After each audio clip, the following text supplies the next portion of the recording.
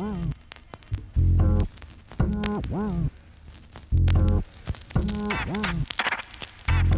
it's recording? Are we recording? And we're rolling, kids. And we're rolling. That's right. Okay. So why don't you do that thing you always do where you count from 3 to 1? I count from 3 to 2. Sorry. 3, 2. Silent 1. On this edition of SoliTV, we are going to talk to you, yes, you, about how to properly conduct an interview. Now, we're going to give you my perspective as a producer and on-camera talent, and the better perspective of myself. And the better perspective of O's self. That's right. From behind the camera. First things first when it comes to interview, and that's the prepping process. So being that I'm a producer and an on-camera talent and that I will most likely be the one conducting the interview, a lot of folks want their questions ahead of time, which is fair. It's good for you to know sort of the overall topic that we're going to be discussing throughout the interview, but the only thing I recommend to folks is not to jot down your answers to the questions we send you prior to your interview, because then it becomes sort of like a rehearsed thing.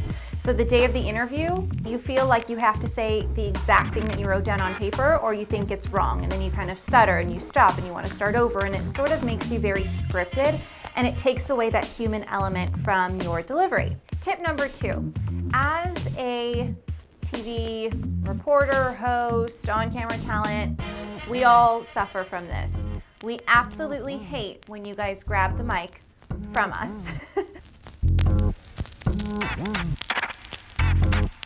It's kind of like our child. So if we're sitting down with you and a reporter's holding a microphone and then, going to interview you and handing the microphone over to you, just kind of placing it right underneath your chin, it's not for you to grab onto, it's just for you to sort of speak into, and don't worry about grabbing the mic from us. That is a huge, huge pet peeve.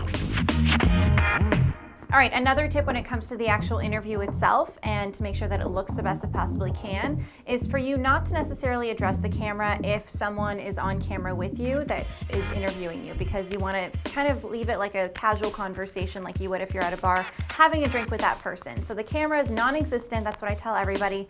Look at me, don't look at the camera. We're just going to have a conversation. All right, boys and girls. We're going to start out with lighting.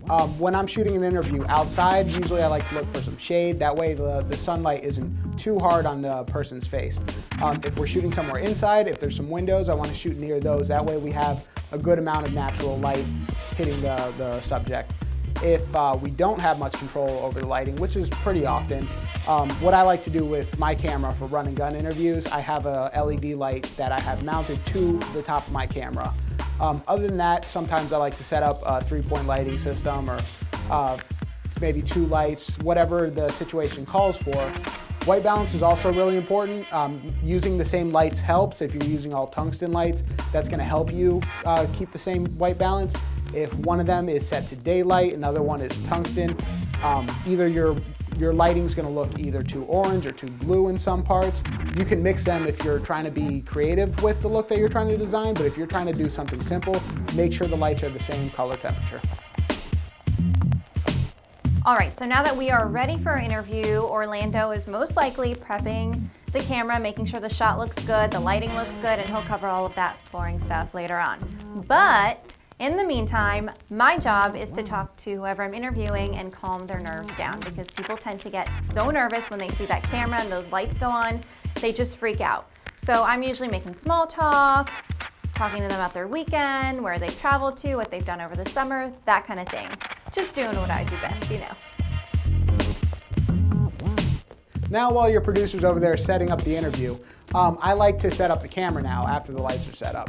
So usually I like to go on a tripod in the interview, and this is dictated by the type of interview you're doing, how many cameras you're setting up. On a standard interview where I'm running with one camera, I'm going to set up a tripod, and I'm going to make sure that the person I'm interviewing is framed about chest up, maybe mid-chest up, with a little bit of headroom. I like to place their eyes near the top third if you're going to go by the rule of thirds. I like to have them offset either to the left or to the right, using, again, the rule of thirds. Centered, I don't really like that unless they're looking directly into the camera. So when I'm framing the interview, I like to have the person that's conducting the interview standing on either side of the camera right next to it. That way the person that's being interviewed isn't looking directly into the lens, but they're looking a little bit offset from it. And that gives you a pretty good look. It's what you tend to see in most interviews.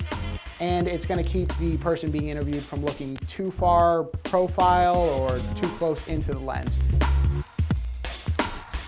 So I like to set up lights and cameras first. Sound can wait. But here we are now, we're at sound. So now we got to set it up.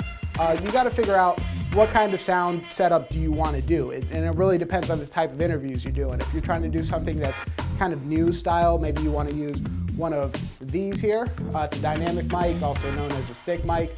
And it's good to talk into, so you can hold it up to the person that you're interviewing's face, handheld. Or you can put it on a stand if that's what you want to do. I like to use lavs on the majority of the interviews that I do.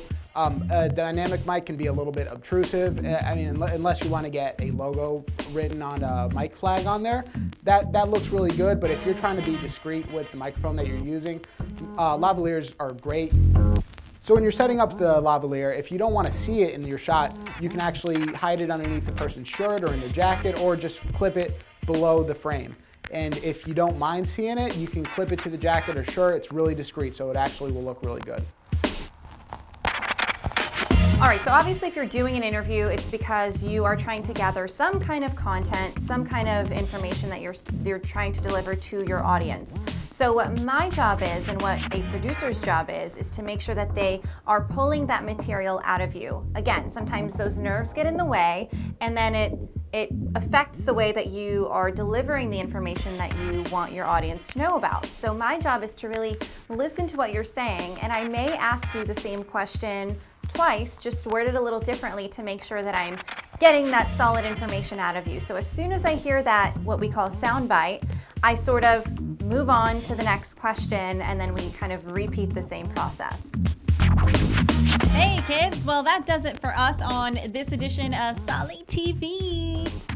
What? See, this is why I do the on-camera stuff, because he can't even talk. Try again. I hope you all enjoyed today's episode, and tune in next week for more good stuff. See, just use your words. Mike.